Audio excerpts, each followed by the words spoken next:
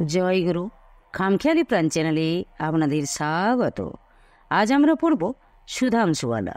জয় গুরু। 1305 সালে চৈত্র মাসে ভট্টাচার্য মশাইদের বাড়ি পুড়ে গেল। ভয়াবহ এক অগ্নিকাণ্ডে গ্রামের অনেকেই গৃহহারা হয়েছিল সেবার। খবর পেয়ে ছুটি নিয়ে নলিনীকান্ত বাড়ি এলেন। নতুন ঘর তোলার ব্যবস্থা করা হলো। তারই ফাঁকে ফাঁকে ছোট ভাই রামের মুখ থেকে শুনলেন রানীর আশ্চর্য সাহসের কথা। 15 বছরের মেয়ে আগুনে ঝাঁপিয়ে পড়ে যথাসাধ্য রক্ষা করেছে ঘরের তৈজসপত্র। রমাপদর কিছুদিন ধরে খুব জ্বর চলছিল। ভুবনমোহন সেদিন মেহেরপুর গেছেন বড় ডাক্তার আনতে। একা সুধাংশুওয়ালা অসুস্থ রুগ্ন দেওরকে কাঁধে ফেলে বাড়ির পিছনে মেঘড়ির বাগানে রেখে এসে যতদূর পারে দরকারি জিনিস টেনে বার করেছিল। পাড়াময় তখন কান্নাকাটির রোল। 11-12 বছরের একটা ছেলেকে নিয়ে ঠাকুর বাড়ির ছোট্ট বউটি কি করছে কারও সে কথা মনে পড়েনি। ছেলেটিও আবার শয্যাশায়ী। আগুন খানিকটা আয়ত্তে এলে সর্বপ্রথম যুধিষ্ঠির ভট্টাচার্য ছুটে এসেছিলেন বৌমার খোঁজে।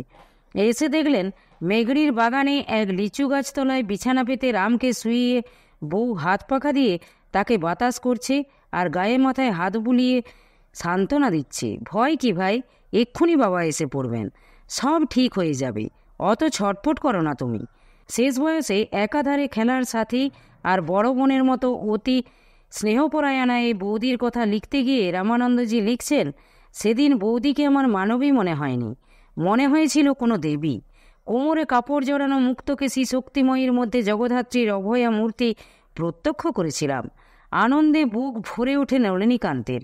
তিনি ভাগ্যবান, রানীকে কিছুই শেখাতে হবে না। স্বভাবের নিয়মেই পরহিতব্রতে দীক্ষিতা ও মেয়ে।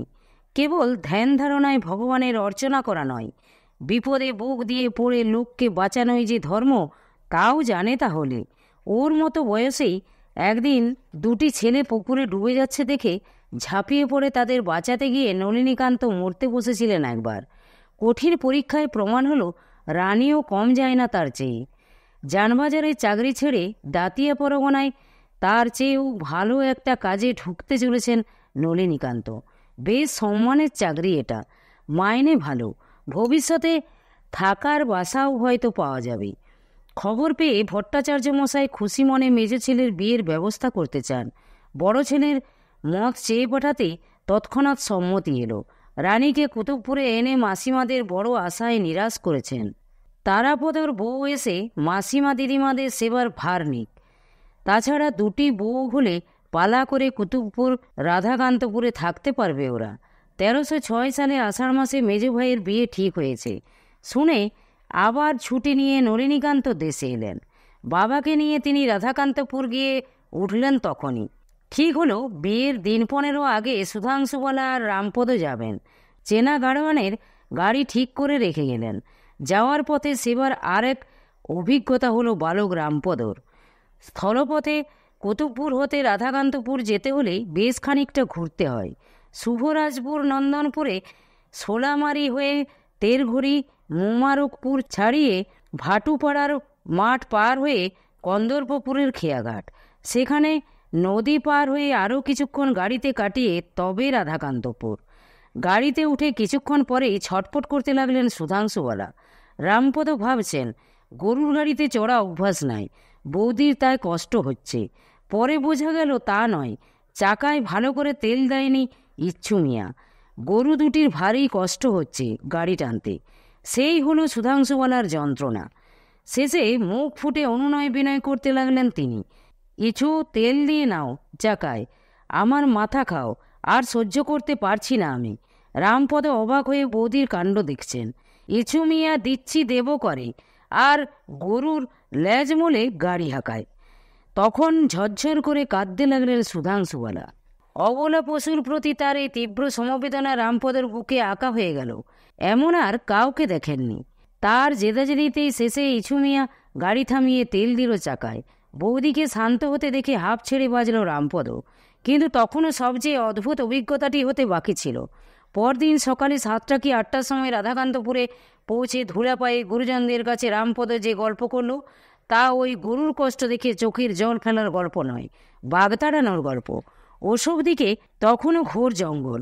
নিস্তব্ধ রাত্রিতে কখনো মাঠে ঘাটে বাঘ বার হয়ে পড়ত। সে রাত্রে ভাটুপাড়ার মাঠে ইছু মিয়ার গাড়ির সামনেও হঠাৎ এক বড় বাঘ এসে হাজির। গাড়োয়ানেরা এ বিপদের সঙ্গে পরিচিত, জানে বাঘ আসে সাধারণত গরুকে লক্ষ্য করে। গাড়োয়ান পিছিয়ে এসে ছইয়ের মধ্যে ঢুকে পর্দা চাপা দিয়ে বেঁচে যায়। কিন্তু কখনো কখনো গরু ছেড়ে মানুষ যে ধরে না বাঘ তা নয়। সুতরাং ইছু মিয়া পাচনি হাতে ছইয়ের মধ্যে ঢুকে আল্লাহ আল্লাহ করে কেঁপে সারা হয়। রামপদ একবার চেয়ে মৃত্যু তো পরের কথা, মূর্তিখানি যে ভীষণ বিভীষিকা এই সত্য উপলব্ধি করে অর্ধমৃতের মতো নাক চোখ মুখ ঢাকা দিয়ে শুয়ে পড়েছে। এমন সময় ও ছেলে সরো সরো, তোমার কেরামতি বোঝা গেছে বলে ইছু মিয়াকে ঠেলে সরিয়ে দিয়ে সুধাংশুওয়ালা ছইয়ের বাইরে যেতে চাইলেন। তার পা চেপে ধরেন রামপদ। বৌদি, তুমি পাগল হলে? যা হয় হবে, তুমি বাইরে যাচ্ছ কি? হেসে সুধাংশুওয়ালা ভোলান তাকে। বাঘ কখনো দেখিনি রে। দেখি না একবার? কিচ্ছু করবে না বাঘ, আমি স্বাদ মিটিয়ে একবার দেখব শুধু। ঠেলে তার হাত সরিয়ে দিয়ে গাড়োয়ান যেখানে বসে সেইখানে গিয়ে দাঁড়ালেন তিনি। কি হলো কে জানে, হঠাৎ ভীষণ গর্জন করে বাঘ পিছন ফিরে এক লাফে বনে ঢুকে পড়ল। গরু দুটি এক হেঁচকা দিয়ে ঊর্ধ্বশ্বাসে ছুটল গাড়ি নিয়ে। তার আগেই সুধাংশুওয়ালা ঢুকে পড়েছেন ছইয়ের নিচে। রামপদ অবাক হয়ে দেখেন 12-2-3 খুব ভালো করে নিজের চোখ মুখ মুছে তবে বৌদি এসে বসলেন তার পাশে। কি করে তাড়ালে বাঘটাকে?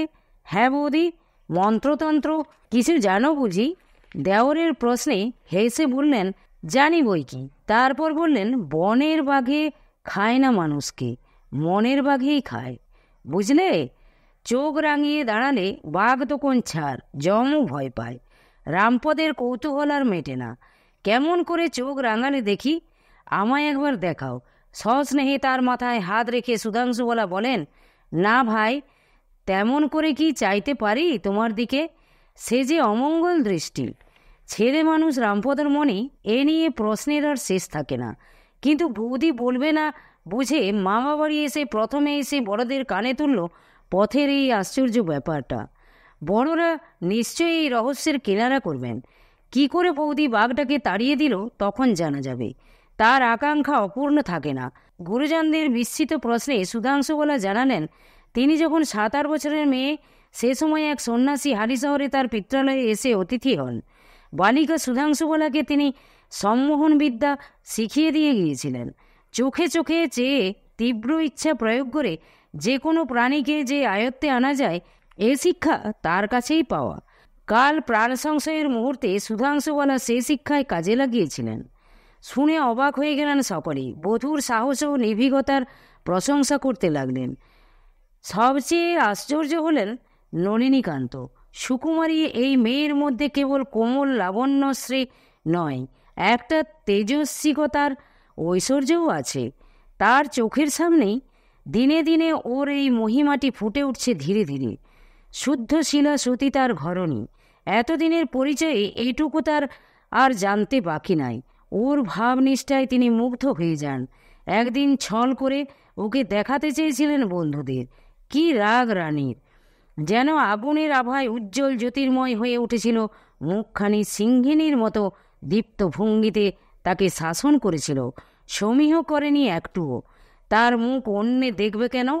সে কেবল একজনেরই। যেসব বন্ধুর বউকে দেখতে চায় তারাও ভদ্র সন্তান নয়। বন্ধু পত্নী মাতৃতুল্য নয় কি? ভাসুর কখনো ভাদ্র বউয়ের মুখ দেখেন? দেশাচার জানে না ওরা। রানীর মুখে এই কথাগুলি পাকামি মনে হয়নি। নলিনীকান্ত সশ্রদ্ধ বিস্ময়ে অনুভব করেছিলেন কি এক অনির্দেশ্য গাম্ভীর্য কিশোরকে দেবী ভাবাপন্ন করেছে। ওকে মানায় এমনি করে বলা। অগ্নিকাণ্ডের দিনে ওর মধ্যে ওই দৈব শক্তির প্রকাশ ঘটেছিল, আবার এবারও তাই। সিংহবাহিনীর আবেশ কিছুটা সত্যই কি আছে ওর দেহে ও মনে?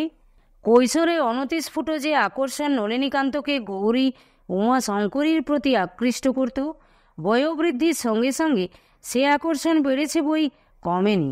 দৈনন্দিন আহার বিহার আচার আচরণ আদর্শবাদ সব কিছুর পিছনে তিলে তিলে দল মেলেছে এই উন্মুখীনতা। অন্যে সে কথা জানত না। নলিনীকান্ত নিজেও তা চাপা দিয়ে রাখতেই চাইতেন। অহরাত্রের এই ক্ষোভ সুখকর তো লাগে না জাগ্রত চিত্তে। সচেতন মন তাই ওকে অবচেতনায় গহনেই ঠেলে দিতে চেয়েছে, কিন্তু রানীকে যত দেখছেন তার সুপ্ত বাসনা ততই যেন উদ্দীপ্ত হচ্ছে। মহেশ্বরীকে ভুলে থাকা বুঝি সম্ভব নয় আর। জয় গুরু, জয় গুরু। আজ এই পর্যন্তই। যদি আপনাদের ভালো লেগে থাকে তাহলে চ্যানেলটিকে সাবস্ক্রাইব করে সাথে থাকবেন। জয় গুরু, জয় গুরু।